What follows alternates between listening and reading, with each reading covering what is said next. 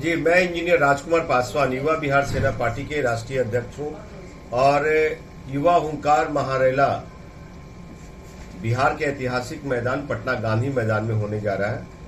जो आज देश में 58% युवा नौजवानों की संख्या है और उस युवा नौजवानों को हर एक पार्टी, देश का कोई भी पार्टी हो, उस सभी पार्टी लोग ठगने का काम किया। उनका वोट चाहिए, उनका समय समय पर इस्तेमाल कर लेते हैं लेबर मजदूर की तरह, बैंड बाजा और बारात की तरह, फिर उनको रोड पे छोड़ देते हैं। न उनको उनके रोजगार की समस्या से कोई लेना देना है और न ही उनके एजुकेशन सिस्टम से लेना देना है। आज बिहार के संदर्भ में बताना चाहूंगा, जो 58% हमारे युवा भाई लोग हैं जो घर में बेरोजगार बैठे हुए हैं, उनको रोजगार नहीं मिलता है। और सभी पार्टी लोग, नेता प्रतिपक्ष हो चाहे डबल इंजन की सरकार हो, कोई भी उनके लिए चिंतन मंथन नहीं करते हैं और उनको हमेशा ठग रहे हैं। युवाओं की जो मेन यूनिवर्सिटी विश्वविद्यालय में जो देखा जा रहा है, 3 साल का डिग्री 5 साल में दिया जा रहा है। आपको बता दें कि पीएचडी हो, चाहे ग्रेजुएशन हो, चाहे एमफिल हो, चाहे सारी चीजें हो, उसमें 5 साल, 6 साल, 7 साल का ये सभी विश्वविद्यालयों के ये हालात है। तो अब बिहार वही बिहार था जो कि नालंदा जैसा विश्वविद्यालय, पूरे विश्व से लोग यहाँ पढ़ने आते थे।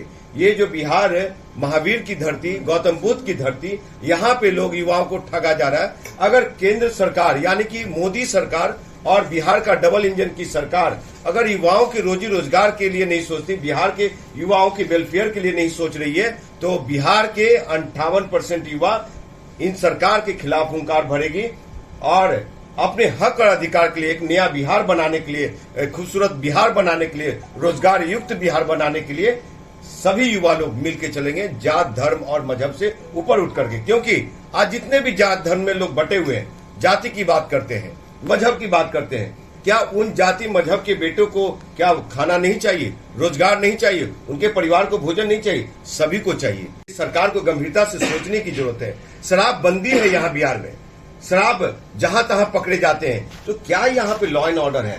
समझ में नहीं आता है। सर, एनडीए सरकार में दलित का बड़ा चेहरा मुकेश सहनी थे, ठीक है।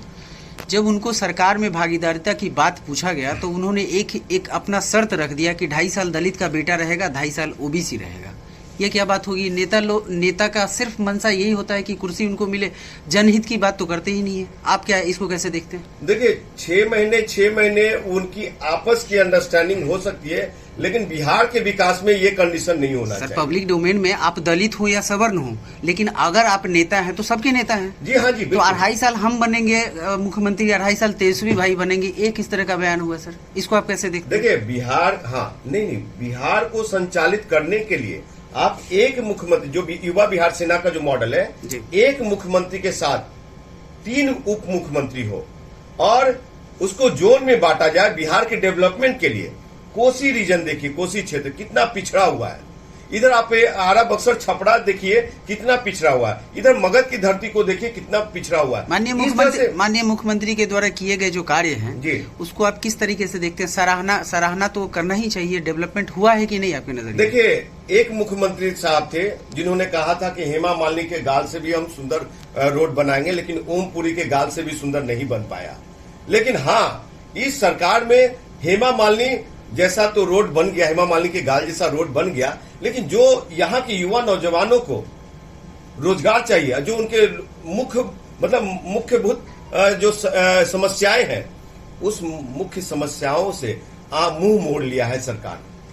तो अगर वो मुंह मोड़ चुके हैं तो वो भी अटेंशन कराना हम युवाओं का काम है। और सभी युवा इस युवा बिहार सेना मंच पे बहुत तेजी से जुड़ रहे हैं और वो लोग एक साथ हो रहे हैं। और आपको बता दो कि बिहार का बदलाव, बिहार का विकास इन युवाओं के हाथ ही है। और वो जब सरकार नहीं बदल रही है, सरकार अगर उन्नत बिहार नहीं बना रहे हैं, तो रोजगार युक्त बिहार नहीं बना रहे, तो हम युवा लोग ही मिलकर के उन्नत और रोजगार युक्त बिहार बनाएंगे, जो यहाँ पे बंद पड़े तो नहीं करवा रहे हैं। देखिए, बहुत सारी ऐसी घटनाएं घट गई है और जिसके कारण आप लोग का ही चैनल ने दिखाया, जिस चैनल के माध्यम से, अखबारों के माध्यम से मुझे सुनने को मिला कि युवाओं, जो उभरते हुए नेता है, युवा नौजवान नेता है, उनकी हत्या कराई जा रही है। तो मैं भी बिहार में कोई महारेला कराने जा रहा था, तो इन लोग को अच्छा नहीं लगा जिसके कारण ये लोग चिराग पासवान हो, चाहे पशुपति पारस हो, चाहे मृणाल पासवान हो, महेश्वर हजारी उपसभापति हो, ये सब लोग एक साजिश रचे थे। उनके रामविलास पासवान जी के दामाद बोधगया के सविजीत पासवान, ये रवि ज्योति पूर्व विधायक, ये लोग सब लोग एक साजिश रचे थे कि ऐसे ये हुंकार भरने वाले नेता को इसको साइडलाइन करो। तो 6 महीने से मैं दिल्ली में था बॉस, तब मैं आकर के मुख्यमंत्री महोदय को, डीजीपी साहब को, देश के प्रधानमंत्री को, गृह मंत्रालय को मैंने लिखित पत्र दिया कि मुझे आशंका है कि ये लोग मेरी हत्या करा सकते हैं। अच्छा, आपके देखिए, यही लोग नेता थे जिन्होंने कहा था महारानी को कुर्सी से उतारो, यानी कांग्रेस के खिलाफ एक बड़ा आवाज बने थे, परिवारवाद के खिलाफ, महंगाई के खिलाफ, बेरोजगारी के खिलाफ। लेकिन आज यही नेता लोग सबसे बड़ा परिवारवाद बन चुके हैं और परिवारवाद के गोद में बैठ चुके हैं। सामंतवादियों को युवा नौजवानों से कोई मतलब नहीं, उनके दुख दर्द से मतलब परिवार के दुख दर्द से ज्यादा मतलब है उन लोगों को। तो इसलिए ऐसा सरकार नहीं चाहिए, ऐसा नेतृत्व नहीं चाहिए। आज जबरदस्ती थोपा हुआ। देखिए, लोकतंत्र में by the people, we the people, for the people, जनता के द्वारा, जनता के लिए, जनता से ताल्लुकात रखने वाले लोग हम लोग हैं। तो कहते हैं जेपी साहब ये सोचकर कि इन लोग को नहीं लाया था, ये लोग लाए थे कि कहते हैं ऐसे समाज सेवी लोग नेता आएंगे जो कि बिहार को बदल के रख देंगे। वो जेपी हो, चाहे लोहिया हो, चाहे और भी यहाँ के अच्छे मुख्यमंत्री रहे, उन लोगों की विजन थी 200 वर्ष आगे ले जाने का बिहार को, देश को, कि ये चाइना, जापान, क्वेटो बनाने का। लेकिन आज लोग कल्पना करते हैं, छला हुआ महसूस कर रहा है यहाँ की जनता। और आपको बता दूं, जो आज महंगाई के साहब आलम है, उस महंगाई के आलम में देखिए महंगाई कहां चला गई है। पेट्रोल, डीजल, सबसे ज्यादा घर की रसोई गैस। आज बिहार में देखिए बिजली की बिल पे कितनी महालूट हो रही है। मीटर कैसे राजधानी ट्रेन के बिहार के 58% ने युवा लोग मन बनाया है कि इस बार हम लोग तख्त बदल दो, ताज बदल दो, ये जो सत्ता में बैठे हुए निकम्मी सरकार है, उनका सरकार बदलने का हम लोग काम करेंगे। और जिस तरह से जेपी मूवमेंट हुआ था, और जेपी में जनौ से जनौ को तोड़ा गया था, उसी तरह से हम लोग जनौ को जनौ तोड़ करके और एक सूत्र में बंद करके बिहार को बदलेंगे। जो बिहार में बंद पड़े उद्योग धंधा है, कल कारखाना है, कुटीर उद्योग पे ये हो गया है। आज ये उद्योग मंत्री कहते हैं कि हमने बिहार को बहुत उद्योग से लाभान्वित किया है। कुछ नहीं, सब कागजों पे पड़ा हुआ है। आज क्या बेरोजगारी, क्या मैं आप लोगों के चैनल के माध्यम से मैं दावे के साथ कह सकता हूं कि जो जिस ओर बिहार जा रही है, ये बिहार के युवा नौजवान आने वाले 2 सालों के बाद, 3 सालों के बाद ये लोग सुसाइड करना शुरू कर देंगे, क्योंकि युवा के सामने कुछ नहीं दिख रहा है। युवा नौजवान बेरोजगार घर बैठे हुए हैं। जी ठीक। बड़े पैमाना पे दूसरे प्रदेश में पलायन करते हैं, उस पलायन को रोकना हम लोग की जिम्मेवारी है। जब युवा बिहार सेना की सरकार बनेगी, एक भी बेटा बेटियों को इस बिहार से बाहर नहीं जाने देंगे, एक भी इंजीनियर डॉक्टर को बिहार से बाहर नहीं जाने देंगे, क्योंकि स्किल जो हमारे टेक्निकल पर्सन लोग हैं, जो बड़ा दिमाग है, सब वो लोग बिहार से बाहर है। इसलिए बिहार का विकास नहीं हो पाता है। यानी कि उन लोग को, वो लोग जो पढ़ाई किए टेक्निकली, जितने पीएचडी किया, रिसर्च किया, उन लोग को अवसर का विकास नहीं हुआ, अवसर ही नहीं मिला, उनका विकास क्या होगा। तो आज उसका एडवांटेज दूसरे प्रदेश लोग उठा रहे हैं। तो इसलिए उन लोग को यहीं पे रखेंगे और उनकी स्किल को फायदा उठाते हुए बिहार की डेवलपमेंट होगी। जेपी का जो 74 में जेपी मूवमेंट हुआ था और गांधी मैदान में जगह नहीं मिला था, तो गांधी मैदान का 4 गुना आप समझ लीजिए कि पूरा पटना जाम रहेगा।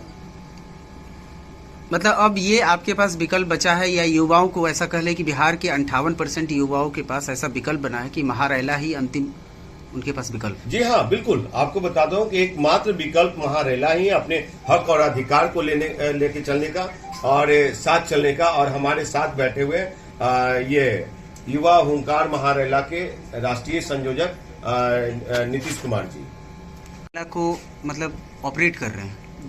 आपको क्या लगता है, इससे पहले भी रैलियां लोग निकालते हैं, रैलियां आती हैं चली जाती हैं, भीड़ लगती है, ये रैली किस तरीके से अलग होगी और रैलियों से?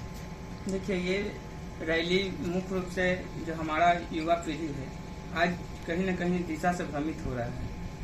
हर राजनीतिक दल कहीं न कहीं ठगा जा रहा है, हम लोग को ठगा जाता है। जब चुनाव आती है तो हमारी बात की जाती है, युवाओं की बात करते हुए, चाहे सत्ता पक्ष हो या विपक्ष है। जब बिहार विधानसभा चुनाव था 10 लाख 19 लाख के रोजगार की बात की जाती थी।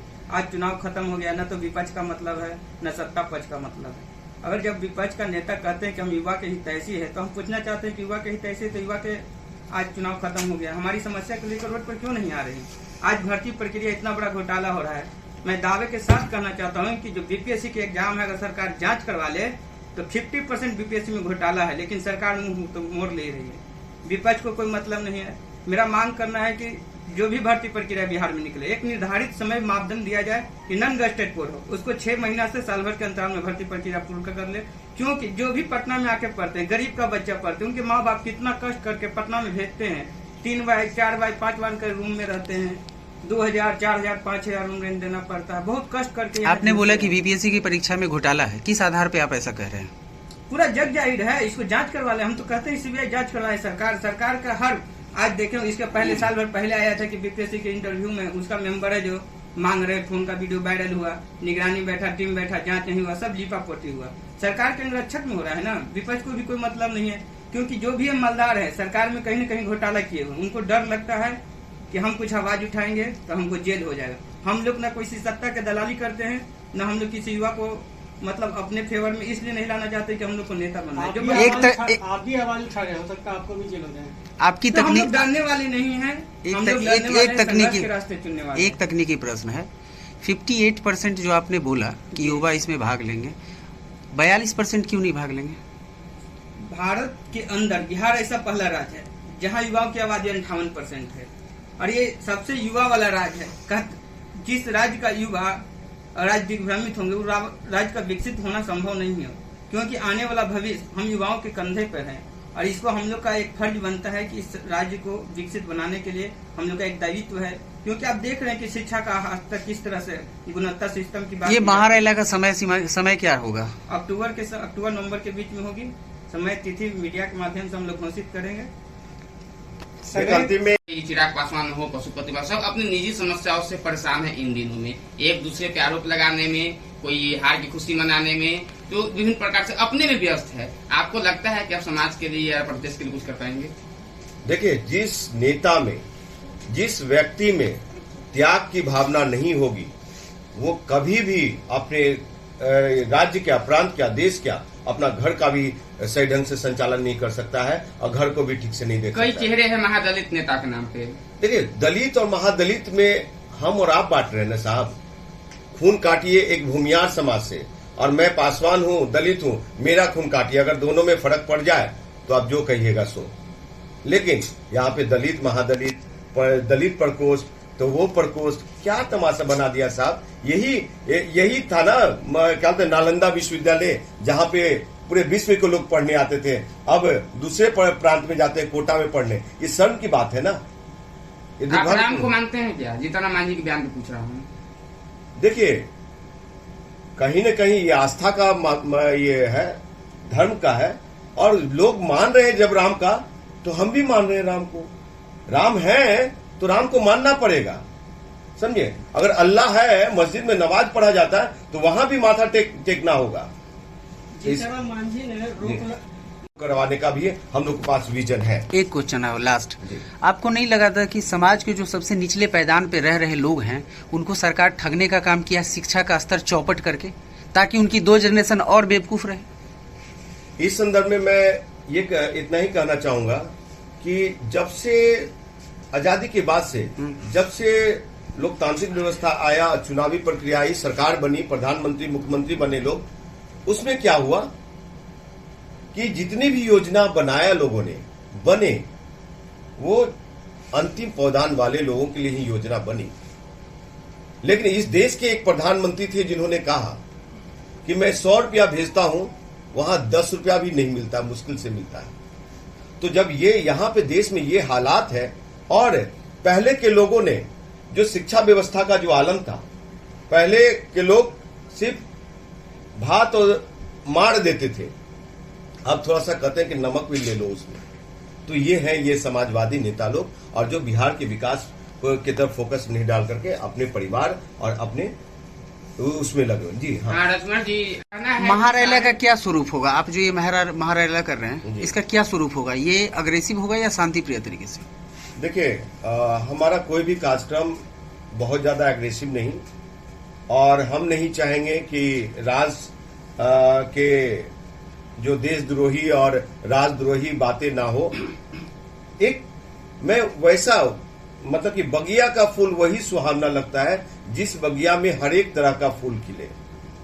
तो कभी भी हम लोग, हाँ, मेरा पार्टी का नाम युवा बिहार सेना है, युवा हुंकार महारैला कराने जा रही है, तो इसका मतलब ये नहीं अपनी बातों को प्रखरता से रखेंगे ना सरकार के पास, प्रखरता से रखेंगे, मुखरता से रखेंगे, और एक कदम भी पीछे नहीं डरेंगे। जेल भी जाना पड़े युवाओं के हक अधिकार के लिए तो हम जेल भी जाने को तैयार हैं।